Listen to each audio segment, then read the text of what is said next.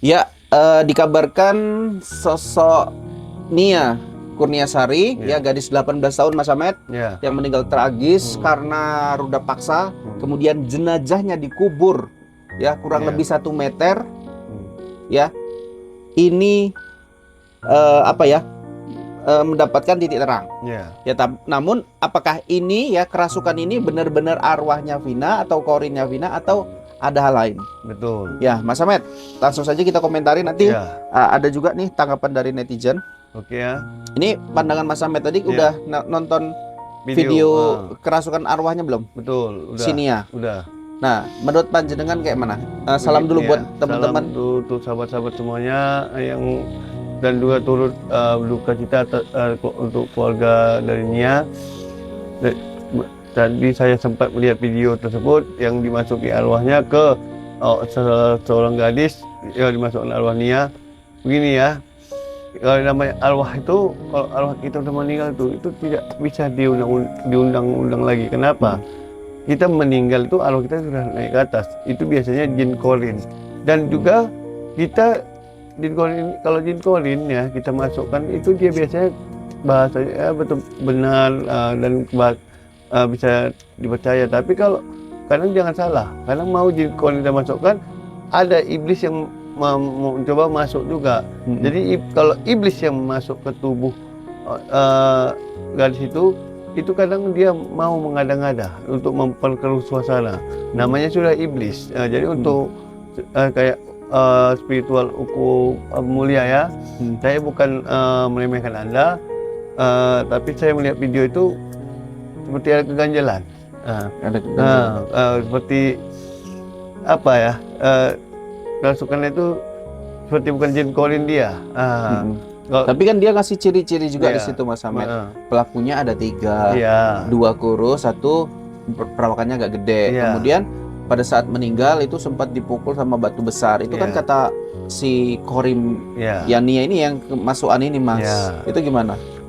Itulah tadi saya bilang, ini kadang mau ini iblis dia semua diapakan supaya memperkeruh suasana. Kalau jin korin ini sebenarnya kadang dia hanya menceritakan kronologi yang inti-intinya saja. Tapi kalau jin korin ini semua dibahas dia, dipecahkan kepala ini gitu supaya memperkeruh suasana, supaya kita sebagai manusia makin emosi melihat kejadian sama pelaku. Tapi kalau jin korin itu biasanya dia mengeluarkan kata-kata itu agar supaya kita maafkan, agar bisa diampuni oleh Allah SWT. Karena nama jin korin itu kan seperti yang menyerupai kita. Jadi dia itu ikut seperti pemikiran kita. Kalau Mas Ahmed gini, misalkan ya kemarin itu kemasukan, kemudian ditanya, kan ini kan keluarga kan sudah meyakini nih kan. Oh ini seperti Nia pada saat nangis, ya kan? Kemudian apa perkataan dia semua dipercaya. Betul. Itu kan pertanyaan-pertanyaan yang random sebetulnya dan siapa aja tuh bisa menjawab, ya betul ataupun kebohongan, misalkan ya. Tapi kalau namanya memang dia orangnya, dia sosoknya sudah meninggal masuk ke tubuh sesosok orang, gadis, wanita. Kemudian yang pastilah coba ditanya, misalkan apa? Tanggal lahir, ya. Kemudian sekolahnya di mana ataupun hal-hal yang lebih privasi. Ya, apakah dia bisa menjawab dengan benar gitu. Kalau itu bisa dijawab, kemungkinan itu memang benar dia. Dan juga begini, kalau kita mengundang sosok arwah masuk ke diri orang untuk bertanya, ini sama seperti kejadian kayak Vina Cirebon yang dimasuki ke kawan Vina. Kenapa saya bilang seperti itu? Kalau kita memasuki arwah seseorang ke sosok manusia, dia ngomongnya itu tidak pernah seperti kita komunikasi biasa. Ini kan kalau saya lihat tadi video itu seperti komunikasi biasa. Yang namanya kita mengundang arwah memasukkan ke tubuh seorang manusia ya. Kalau kita komunikasi itu, dia berbicara itu tidak lancar seperti kita biasa gini. Seperti ada seperti itu dia. Kalau hanya lancar komunikasi, kalau saya dia masuk logika saya itu. Tidak masuk logika. Karena kalau yang kita mengundang arwah itu dia memang betul dia jawab, tapi bukan kayak komunikasi kita. Tapi kan gini sih Mas Ahmed, terlepas dari Mas Ahmed itu kurang meyakini ya itu adalah arwah Nia atau tidak, ya. Tapi kan itu adalah usaha daripada yang dilakukan keluarga, Betul. masyarakat, dan ahli spiritual Iya. untuk menemukan sosok pelakunya, Mas Ahmed. Benar. Karena sudah hampir 7 hari lebih, Iya. para pelaku ini belum juga ditangkap, Mas Ahmed. Nah, makanya oleh sebab itu, habis ini kan kita mau pencarian, penelusuran, mencari para pelakunya. Iya. Mudah-mudahan kita ketemukan, kan gitu. Karena begini, karena saya takut jadi ini sama seperti kasus Mina kemarin, supaya cepat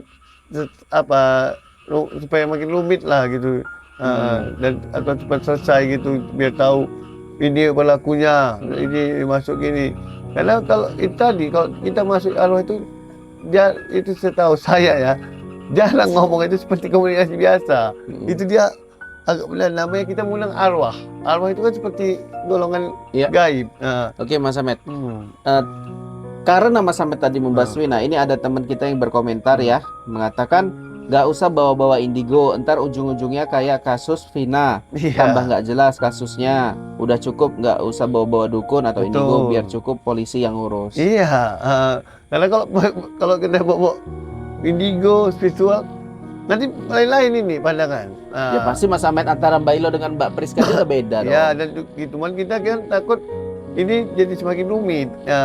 Kalau kita menggunakan seperti ini kan, yang saya bilang tadi, kalau masuk arwah itu tidak ada lancar komunikasi seperti itu. Biasanya dia agak payah itu, bukan enak kita berkomunikasi kalau kita masuk arwah, bukan enak itu untuk memancing dia supaya dia mau menjawab.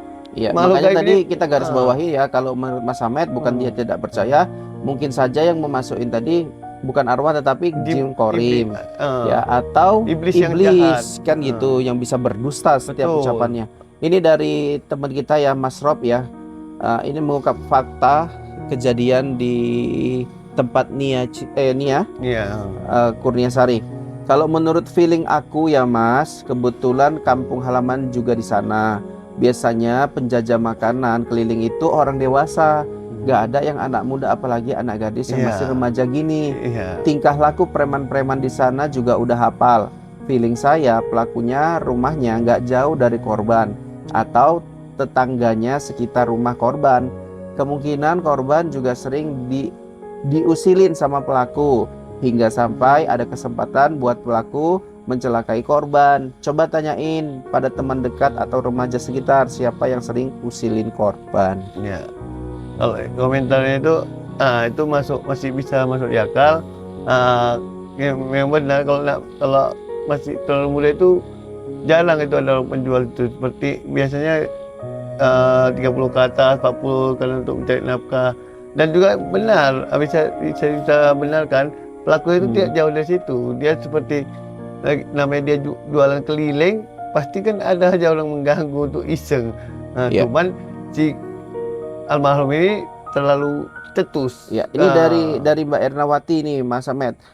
Katanya sudah ada yang tertangkap pelakunya, sudah ada beberapa yang sudah tertangkap. Jumlahnya ada 4 orang yang kabur pelakunya, dan 1 lagi orang Mas yang kabur pelaku dan otaknya 1 orang Mas. Berarti yang kabur masih 1. Betul. Tapi ini belum ada pemberitaan yang kita dengar ya Mbak. Nanti kita cek lagi ya, mudah-mudahan benar sudah tertangkap. Yang pasti sepanjang hari ini tadi saya ngecek berita terbaru itu belum ada kabar ditangkap. Intinya untuk wanita yang masih di bawah 20 tahun ya, apalagi berjualan seperti Nia ini, kalau namanya dia orang lain itu biasa diisengi orang. Jangan kita itu terlalu cetus, karena kita tahu sifat orang lain-lain. Ada yang pantang dicetus, dia menganggap dulu, tapi dia cetus, bahasa kasar, dia menjadi dendam. Itulah yang paling bahaya. Ini bisa jadi dendam dia. Mungkin dia mengganggu iseng-iseng, ada di jawabnya yang terlalu kasar kali di hati dia, makanya dia sampai tega melakukan seperti ini. Sudah penggelap pandangannya. Mungkin gini Mas, wanita itu kan kadang menjawab itu kan karena dasarnya apa, karena sebabnya apa. Kalau orang misalkan ya pemuda kemudian mengolok-olok Nia, kemudian mengejek-ngejek Nia pada saat jualan, terus menggoda, ini kan sudah perilaku yang sifatnya adalah apa ya, pelecehan ya Mas ya. Nah, jadi mungkin Nia yang punya kemampuan untuk melindungi diri dan lain-lain. Mungkin dia menyerangnya tanpa melalui fisik dia seperti itu. Nah, namun tidak sadarnya Nia, hal itu malah memicu rasa dendam. Ya, dan juga sebenarnya gini juga ya. Kalau untuk seorang gadis itu jualan keliling, kalau dia disengi orang bicara gini, itu biasa. Kita kalau bisa pun kita makin kita lawan nih, belilah mas gitu. Karena kita jangan terus kecuali dia main fisik, lecehan menyentuh dagu atau tangan, itu udah pelecehan, itu baru wajib membela diri untuk membuat apa yang sewajarnya lah supaya dia tidak berani seperti itu. Tapi kalau hanya omongan, jangan terlalu kasar sekali ucapan. Nah, Oke, Mas Ahmad, kita langsung aja lanjut ya Mas Ahmad. Insya Allah pencarian kita hari ini ada membuahkan hasil dan ada ciri-ciri yang tanda-tanda. Ya, ini harus kita cari terus. Pelaku, ya. Kita cari terus supaya ketemu. Biar masalah ini kasusnya cepat selesai. Jangan seperti kejadian Vina Cirebon. Saya tidak mau jadi bertele-tele yang sampai bawa Ibtul Diana kemarin gini-gini, tapi ujung-ujungnya tidak ada ujungnya. Oke.